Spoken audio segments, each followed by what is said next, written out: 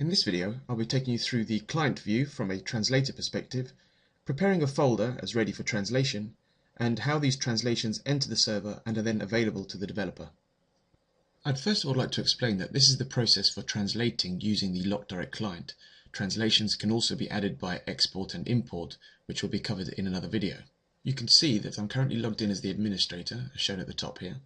So what we're going to do first is we're going to open up our demo project. Then we have our text module. We'll open that up as well, and then we have our strings folder here.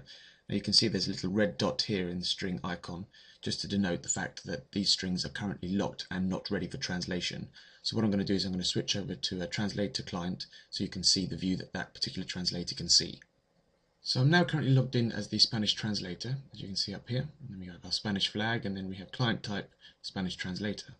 And then we can see here we have our demo project. So we can open up that, open up the text module, and then we can see here strings. There's a little red dot in the corner of the icon here to denote that, again, it's not ready for translation just yet.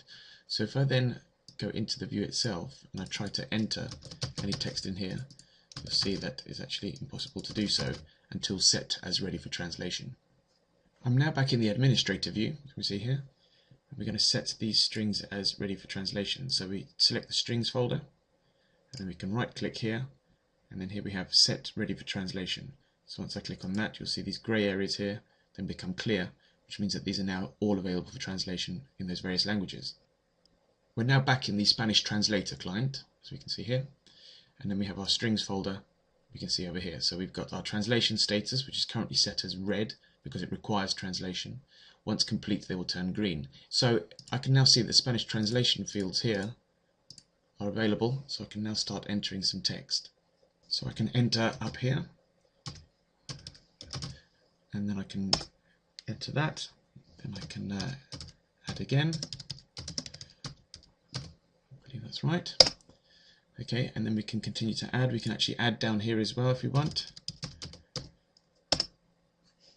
And then we can then continue to add all the way down here. And I'm going to just cut and paste a few other examples, and I'll stick those in here. So simple cut and paste. So these are all in here now, so I can now save these out, and you'll see here on the left hand side the translation status will now change to green. So it shows that these are all complete, and we'll see that these are still yet to be done. We'll also see on the right hand side we have our maximum text length here, and also a visual. I can actually take one of these. If I add cancelar and then I add some more characters to the end, you'll see that the text information here, the text length, will increase as I enter these letters. Then once it goes over the 30 limit, will then turn red. I've now logged back in as the administrator, as we can see at the top here, and we can now see that those Spanish translations have now come into my view. And here we can see our translation status on a number of these have been set to green, and there are still a few reds, and of course the Italian, German and French all require full translation. We can see here our Spanish translation appears in this column here. Now what I'll do is actually change one of the source language strings here. So if I change accept to hello, and then save that out, Control S, it will then ask me whether or not the string requires retranslation. So it's already been translated, requires retranslation, yes please, and then apply that. So now that's hello, and then that's gone to retranslation, as we can see here in the top left hand corner. So what I'll do now is switch back over to the Spanish translator client. So we can now see that this hello string here requires retranslation, as you can see from this icon. So we'll go back into the Spanish translation, remove that, stick in hola, and then save that out, and you see that's now changed back to translated. And now we'll switch back again to the administrator view. So we can now see that hola is part of the Spanish translation list, and its translation status is green, which is great stuff. We can actually further configure our view, so we can right click manage columns, and then we can choose to have a look at Spanish constraints bar as well. We'll move that over to selected columns and then move that up the list.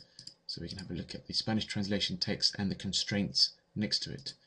So we now have a visual here of what those strings actually look like compared to maximum text length available. Translating in this way will save a huge amount of time and ensure that the latest string is the one being translated.